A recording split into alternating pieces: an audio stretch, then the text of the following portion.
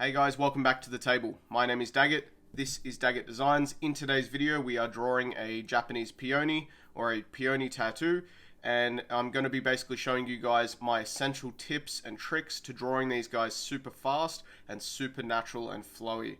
Now, if you're new to my channel, make sure you like this video, leave a comment down below letting me know what you thought, and make sure to hit the subscribe button so that you don't miss out on new videos. Alright, getting straight into it, I'm going to be showing you guys the essential shapes you're going to need to know. So the first one is a large curve or a large loop, like so. Fairly straightforward. The second one is a small loop, which can come off your first one, but it's essentially a little loop, like this, or a little curve. The third shape that's going to be really important is going to be these curve backs. So basically you're going to come around and then loop back into itself, okay? So you're basically creating a curve and then looping back in on this angle like this. So these are those shapes there. The next one is going to be, I kind of think of it as like bunny ears, but it's more of like an M shape. So it's basically like a big curve, but you're adding a dip in the middle. Okay, like so. That's another one of the shapes. And the last shape you really need to familiarize yourself with is going to be the foldovers. So these are essentially smooth lines into curves, like so. And then you're going to come back off that curve and put in a few curves like this. So we'll run through that again. It's a long smooth line into a curve, and it needs to curve back in this direction and then around in this direction. And then you can come back from your curve, coming back in this direction, and then form some little curves or loops on the side there. And this is going to continue on into your petal. So that is a fold over section. If this is the inside of the petal, then this would be the outside of the petal there. It's sort of folded over itself. That's going to give you a nice sort of 3D look. But in general, these are the shapes that you're going to need to know. And I would recommend practicing these shapes in particular just over and over again. You can create little petal shapes with them, and then you can use them to create peony drawings super quickly. Right, so how do we use those shapes in combination to create a peony, and how do we do it nice and fast? So the first step is to draw a circle shape. Doesn't have to be perfect, but just a nice circle or oval.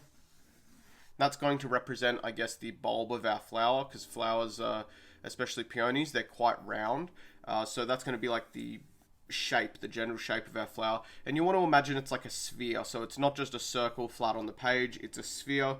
So you could wrap lines around it. You don't have to do that though. I'll just start with a curve here, facing off in that direction. And then I'll use a series of small curves and larger curves together, and a couple of those little looped curves as well. Like this. And then once I get to the end, what I can do is bring that into one of our loop around curves, but in this case I want it to be a little bit more open, and then you can come back with a series of different curves like so. Okay, so you're basically combining the different curve shapes that you've done. Now from here I want to link up this bottom edge, so I can come back, maybe throw another loop in like so. And now I want to create another petal that wraps in the same sort of direction over here. So I might bring a line up and out. Bring it around. And again, it's just a combination of those few shapes. Bringing them around like so. Okay. Okay. Now you can see I'm always stopping at the edge of our circle there. That's because I need to put in the next layer of petals. So usually I'll follow the edge of my circle around and flick out towards the end of it. Come back. And then start putting in, again, a combination of those shapes. I'll do the same thing off the other side. Coming around, flicking out, cutting back, putting in a combination of those different shapes, small curves, large curves, things like that. You can cut across the middle section here with a few small curves. And now these back bits are going to recurve and come around so you can see the inside of the petal. So bringing that around like so. And you can do the same thing off the other side like so. And now you've got the real sort of basis of your peony flower there, and it's really simple and didn't take very long. And now we can go ahead and add in the surrounding petals, and they're pretty easy. You're basically using, if you're seeing the inside of the petal, you're basically using your combination of shapes there to create the petal like so. And if you're seeing some of the outside of the petal, you do a long curve like this that loops around at the end.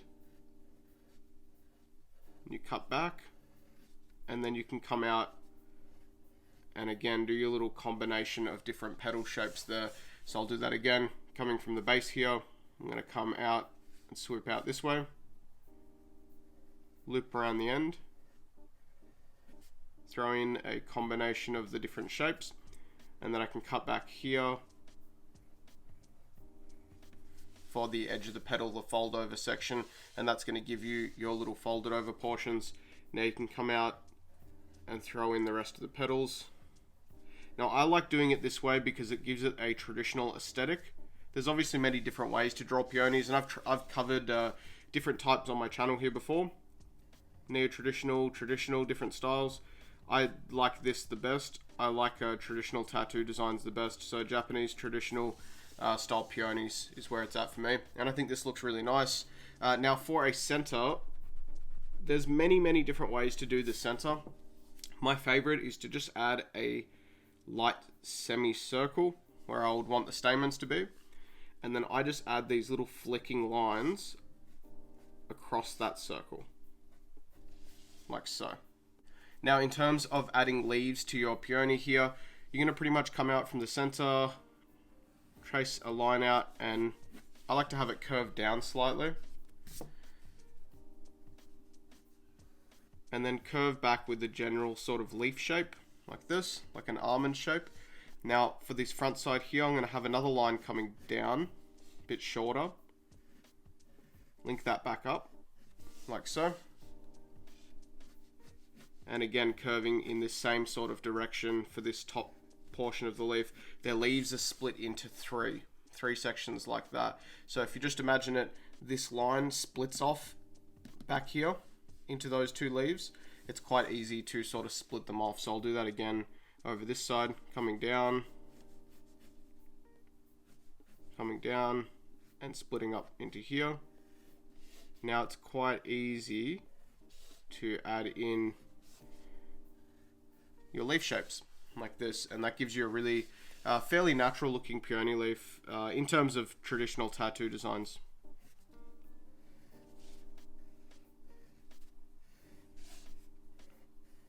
Oh, another little quick tip that you'll see people do sometimes is add these little veins to the inside of their petals.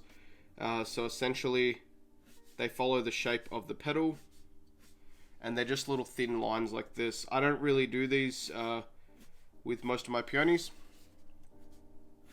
but it is fairly traditional to do this. It does lend to that traditional aesthetic, and it's pretty common as well. If you ever see peony designs, a lot of the time they're going to have these faint little vein lines inside the petals, and the easiest way to do them is to just follow the shape of your petal, and that's typically going to give you the right look. Okay, so following the curvature of the petal, all the petals are opening outwards, so our lines are curving outwards. Like I said, these are sort of the essential shapes that you need to know. If you know these few shapes and you can do them well, just through practice and repetition, drawing a peony, as you can see, takes no time at all. It's really quick and it looks really nice. Alright guys, I'm keeping this video short, so if you liked today's video, make sure to leave me a comment down below letting me know what you thought. Make sure to hit that thumbs up button, it really helps the channel out. And like I said, if you're new to my channel, make sure you hit that subscribe button, and I'll see you guys next time. Alright, bye bye. If you like the content that I make, and you'd like to support the channel, make sure you smash that like button. And hey, while you're at it, check out one of these other great videos.